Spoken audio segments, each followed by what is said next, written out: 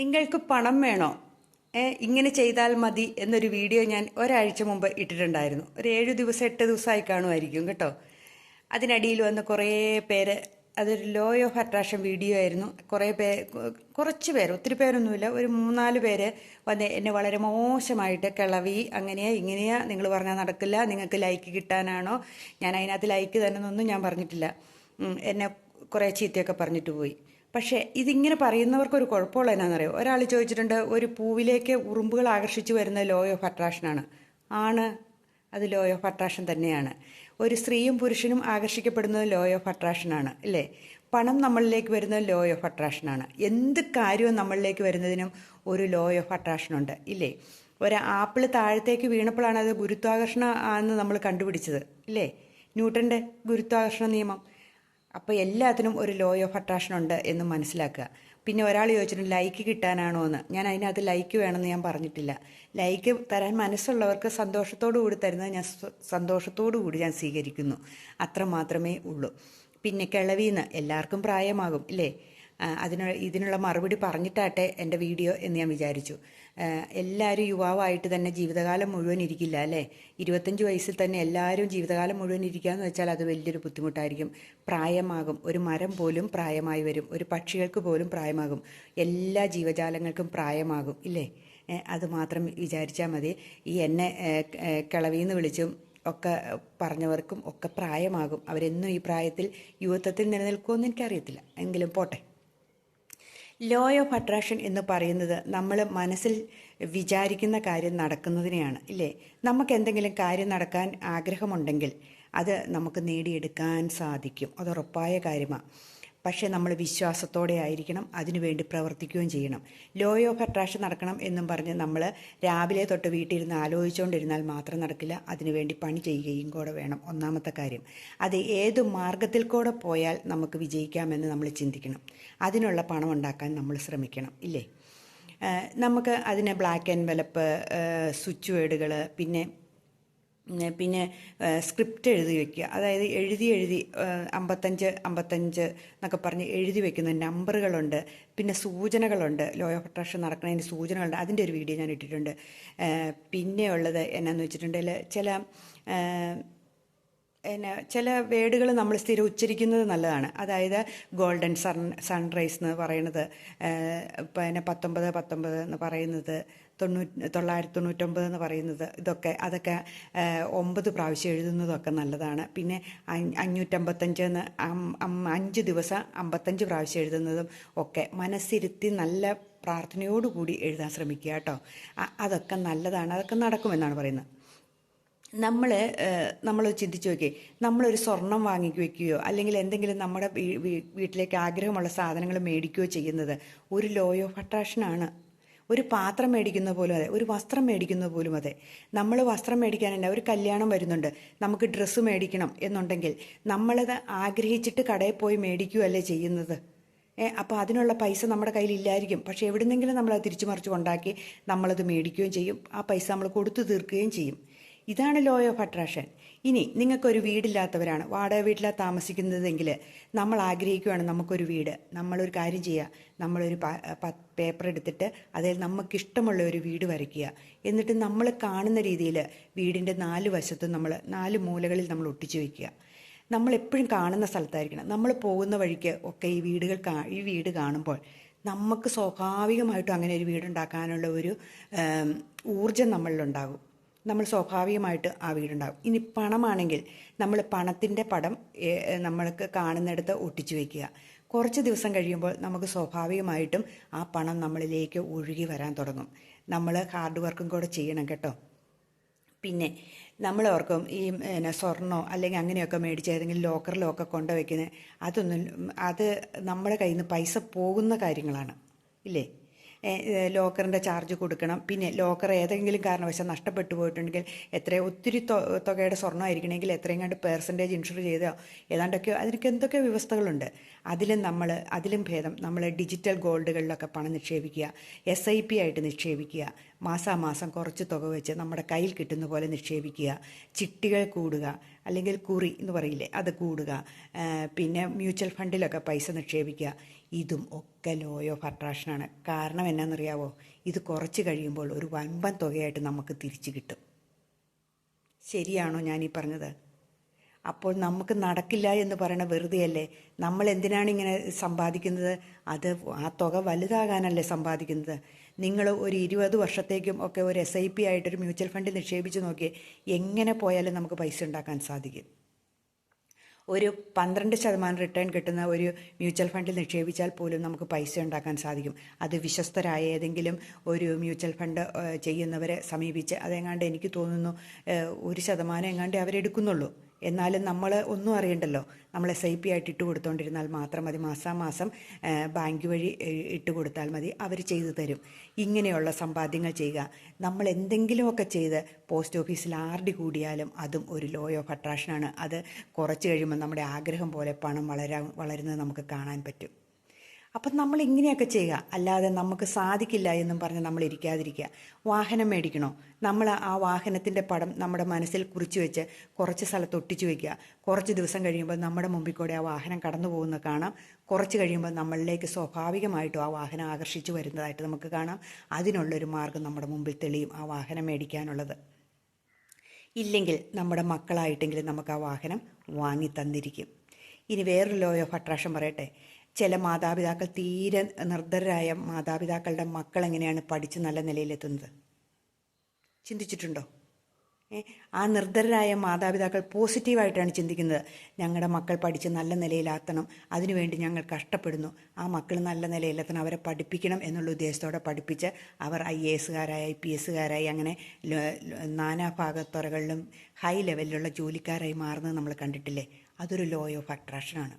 ഇനി ചില ആ കള്ളും കുടിച്ച് നടന്ന് അമ്മയാണെങ്കിൽ ഇങ്ങനെ ചീത്തയായ മാർഗത്തിൽ കൂടെ നടക്കുന്ന ചില മക്കൾ, അവരെന്തുകൊണ്ട് ചീത്തയായി പോകുന്നു? അവരും കള്ളും കുടിച്ച് കഞ്ചാവും പിടിച്ച് നടക്കുന്നത് എന്തുകൊണ്ടാണ്? ആ മാതാപിതാക്കളുടെ മനസ്സിൽ നെഗറ്റീവായ ചിന്തകളാണ്. കാരണം അവർക്ക് അവരുടെ മാത്രമേ കാര്യങ്ങളുള്ളൂ. അവർക്ക് അന്നന്നത്തെ സുഖങ്ങൾ മാത്രമേ അവർ അന്വേഷിക്കുന്നുള്ളൂ, ഇല്ലേ? മക്കളെക്കുറിച്ച് ചിന്തിക്കുന്നില്ല. ആ മാതാപിതാക്കൾ മക്കളെക്കുറിച്ച് പോസിറ്റീവായിട്ട് ചിന്തിച്ചിട്ടുണ്ടെങ്കിൽ ആ മക്കൾ തീർച്ചയായിട്ടും നല്ല നിലയിലെത്തുകയും ചെയ്യും. അവർ ഒരു മദ്യപാനിയോ മയക്കുമരുന്നിന് അടിമപ്പെടുന്നവരോ ആയിരിക്കേയില്ല. അവരുടെ ഉള്ളിലെ നെഗറ്റീവാണ്, ആ നെഗറ്റീവ് ഊർജ്ജമാണ് മക്കളിലേക്ക് ചെല്ലുന്നത്. അത് തന്നെയാണ് ലോ ഓഫ് അട്രാക്ഷൻ.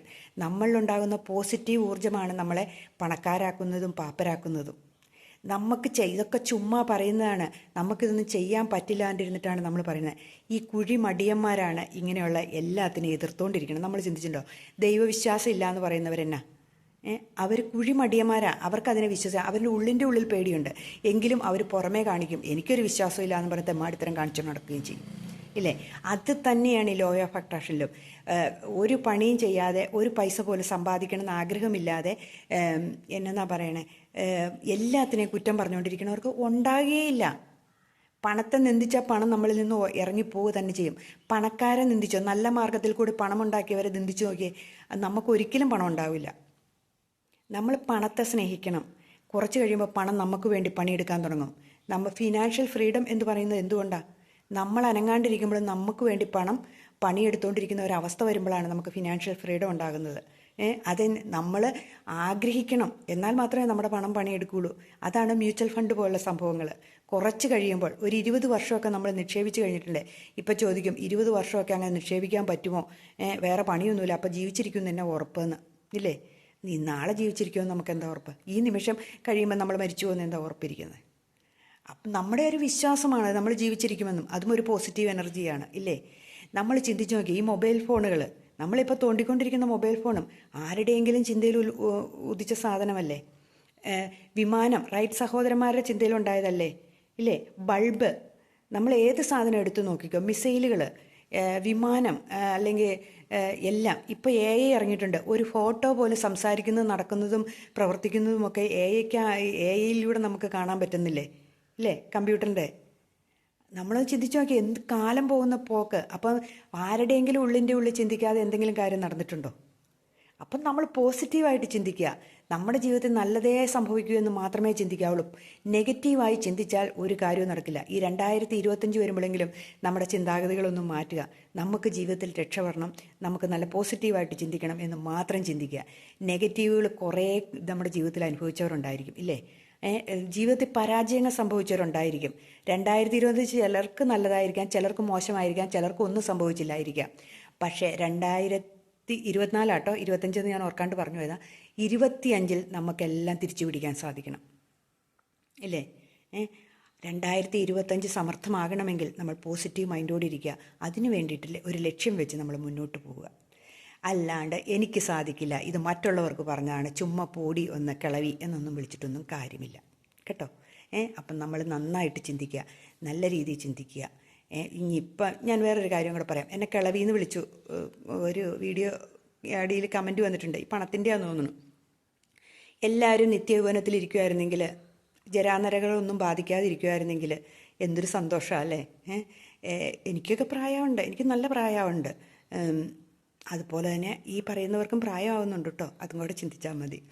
അതൊക്കെ ഞാൻ പോസിറ്റീവായിട്ട് എടുക്കുന്നുള്ളൂ. എന്ത് വേണേലും വിളിച്ചോ, കുഴപ്പമൊന്നുമില്ല. എന്നെ ബാധിക്കുന്ന കേസല്ലല്ലോ, അല്ലേ?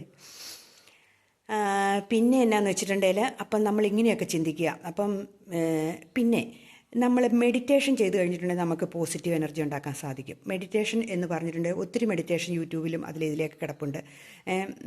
ഞാൻ മെഡിറ്റേഷൻ പഠിച്ച ബ്രഹ്മകുമാരീസിൻ്റെ മെഡിറ്റേഷനാണ്. അതല്ലെങ്കിൽ തന്നെ നമുക്ക് ഈസി ആയിട്ട് ചെയ്യുന്ന ഒരു മെഡിറ്റേഷനുണ്ട്. അതായത് നമ്മൾ ഒരു സ്ഥലത്ത് ചമ്രം പടിഞ്ഞിരിക്കുകയോ കസേരയിലോ നിവർന്നോ ഇരിക്കുക, നട്ടിൽ നിവർത്തിയിരിക്കുക.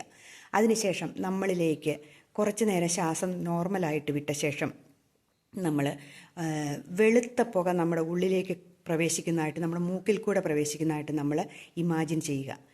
എന്നിട്ട് നമ്മുടെ ഉള്ളിൻ്റെ ശരീരത്തിൻ്റെ ഓരോ അവയവങ്ങളിലുമുള്ള കറുത്ത പുക നമ്മുടെ വായിൽ കൂടെ അതും പുറത്തേക്ക് വിടുന്നതായിട്ട് അങ്ങനെ 21 പ്രാവശ്യം ചെയ്യുക. ദിവസവും നമ്മൾ ഇങ്ങനെ 21 പ്രാവശ്യം ചെയ്യുക. കുറച്ച് ദിവസം കഴിയുമ്പം ആദ്യമൊക്കെ നമുക്ക് ഭയങ്കര വേറെ ചിന്തകളൊക്കെ വരും. അതൊന്നും കുഴപ്പമില്ല, അതൊന്നും നമ്മൾ മൈൻഡ് ചെയ്യേ വേണ്ട. നമ്മുടെ ഉള്ളിൻ്റെ മനസ്സിൽ നമ്മുടെ സ്റ്റൗ നിർത്തിയില്ലല്ലോ, അല്ലെങ്കിൽ മിറ്റം അടിക്കണമല്ലോ, അല്ലെങ്കിൽ വേറെ ഒത്തിരി ചിന്തകൾ പോകാനുണ്ട്, സമയം പോയി, ഇങ്ങനെയൊക്കെ ഒത്തിരി കാര്യങ്ങൾ ചെയ്യുക, അതെല്ലാം വരും നമ്മുടെ ചിന്തകളിലേക്ക്. അതിനെയൊക്കെ നമ്മളങ്ങ് മറന്ന് പിന്നെ നമ്മൾ അതിലേക്ക് തന്നെ തിരിച്ചു വരിക. ഈ ശ്വാസം എടുക്കുന്നതിൽ ചിന്തിക്കുക, ഇങ്ങനെ ബ്രീത്ത് ചെയ്യുന്നതിൽ ശ്രദ്ധിച്ചിരിക്കുക. അങ്ങനെ ചെയ്ത് കുറച്ച് ദിവസം കഴിഞ്ഞിട്ട് നമ്മൾ ലോ ഓഫ് അട്രാക്ഷൻ ചെയ്ത് നോക്കിക്കേ. അപ്പം ഇതിന് കൂടുതൽ പവറാണ്, കൂടുതൽ ശക്തി വരും, കൂടുതൽ ഊർജം അതിലേക്ക് വരും. പിന്നെയുണ്ട്, നമ്മൾ എന്ത് കാര്യം ചെയ്യുമ്പോഴും നമുക്ക് കുറച്ച് സ്വിച്ച് വേർഡുകളും അല്ലെങ്കിൽ കുറേ തോട്ടുകളും വരും എന്ന് പറഞ്ഞില്ലേ. അതായത് ഗോൾഡൻ സൺറൈസ് എന്നൊക്കെ പറഞ്ഞ് നമ്മുടെ മനസ്സിലേക്ക് ചിന്തിക്കുന്നത്, സ്വർണ്ണ സൂര്യൻ ഉദിച്ചു നിൽക്കുന്നതായിട്ടൊക്കെ നമ്മുടെ ചിന്തകളിലേക്ക് വരുന്നത് നമ്മളിലേക്ക് പണം ആകർഷിക്കും എന്നാണ് പറയുന്നത്. അതേപോലെ മഴവില്ല് കാണുന്നത് ഒക്കെ നമ്മളിലേക്ക് അട്രാക്റ്റ് ചെയ്യും. പിന്നെ 55 തവണ 5 ദിവസം എഴുതുന്നത്, പിന്നെ നമ്മൾ മാറ്റി വെച്ച പുസ്തകം നമ്മൾ പിന്നെ നോക്കൊണ്ടാണ്, പിന്നെ നമ്മുടെ ഓർമ്മയിലേക്ക് കൊണ്ടുവന്നാൽ മതി. അത് ഇങ്ങനെ നമ്മുടെ ഏതാണോ ആഗ്രഹം, ഒരാഗ്രഹം പറയാൻ ശ്രമിക്കുക. പിന്നെ കോടിക്കണക്കിന് രൂപയുടെ ആഗ്രഹങ്ങളൊന്നും പറയാതെ ചെറിയ ചെറിയ ആഗ്രഹങ്ങൾ ആദ്യം നേടിയെടുക്കുക. അതിനുശേഷം വലിയ ആഗ്രഹങ്ങളിലേക്ക് പോവുക.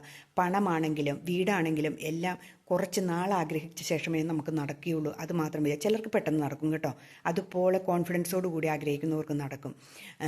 നമുക്ക് അത്യാവശ്യമായിട്ടൊരു 20 ദിവസം കഴിയുമ്പോൾ പണമാണ് ആഗ്രഹമുള്ളതെങ്കിൽ അത് നമ്മൾ ആഗ്രഹിച്ചുകൊണ്ടിരിക്കുക, അത് നമ്മളിലേക്ക് വരും. ഇങ്ങനെയൊക്കെ ചെയ്തു നോക്കുക. പിന്നെയുള്ളത് വേറെ ഒരു കാര്യം എന്നാന്ന് വെച്ചിട്ടുണ്ടെങ്കിൽ, നമ്മൾ നെഗറ്റീവ് പറയുന്നവരുമായിട്ട് കൂട്ടുകൂടാണ്ടിരിക്കുക. അതൊന്നും നടക്കില്ല, അങ്ങനെ നീ ഒന്നും ചെയ്തു നോക്കണ്ട എന്നുള്ള കാര്യങ്ങളൊന്നും ആരോടും പറയാൻ പോകണ്ട.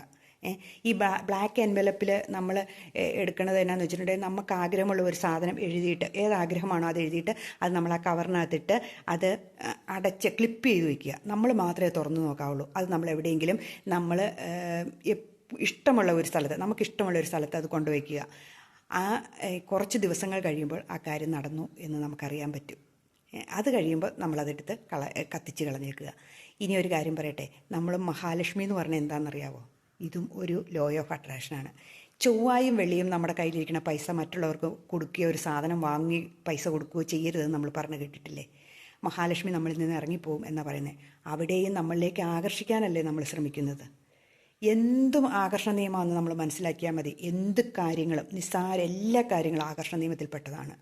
അപ്പോൾ നമുക്ക് എന്തുകൊണ്ട് അത് ആകർഷിച്ച് നമ്മളിലേക്ക് വരുത്താൻ പറ്റുന്നില്ല? നമ്മൾ മനസ്സുകൊണ്ട് കറക്റ്റായിട്ട് ആഗ്രഹിക്കണം.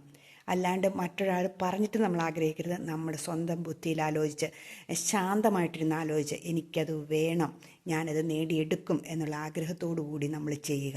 അപ്പോൾ നമ്മളിലേക്കത് ഓടിയെത്തുകയും ചെയ്യും. അപ്പോൾ ഇങ്ങനെ എല്ലാവരും ചെയ്യുക. അപ്പോൾ കഴിഞ്ഞ വീഡിയോയുടെ അത് നിങ്ങൾക്ക് പണം വേണോ എങ്കിൽ ഇങ്ങനെ ചെയ്യൂ എന്നുള്ള വീഡിയോയുടെ 2ാം ഭാഗമാട്ടോ ഇത്. ഇനിയും ഞാനിതുപോലുള്ള ലോ ഓഫ് അട്രാക്ഷൻ്റെ ഇടാം. കാരണം അനുഭവം കൊണ്ട് ഞാൻ പറഞ്ഞു തരുന്നതാണ് നിങ്ങൾക്ക്. അപ്പം നിങ്ങളിങ്ങനെ ഒന്ന് ചെയ്തു നോക്കിക്കേ, നമ്മുടെ ജീവിതം മാറ്റിമറിയും. അപ്പോൾ എല്ലാവർക്കും ഞാൻ നല്ലൊരു ദിവസം ആശംസിക്കുന്നു. ബൈ.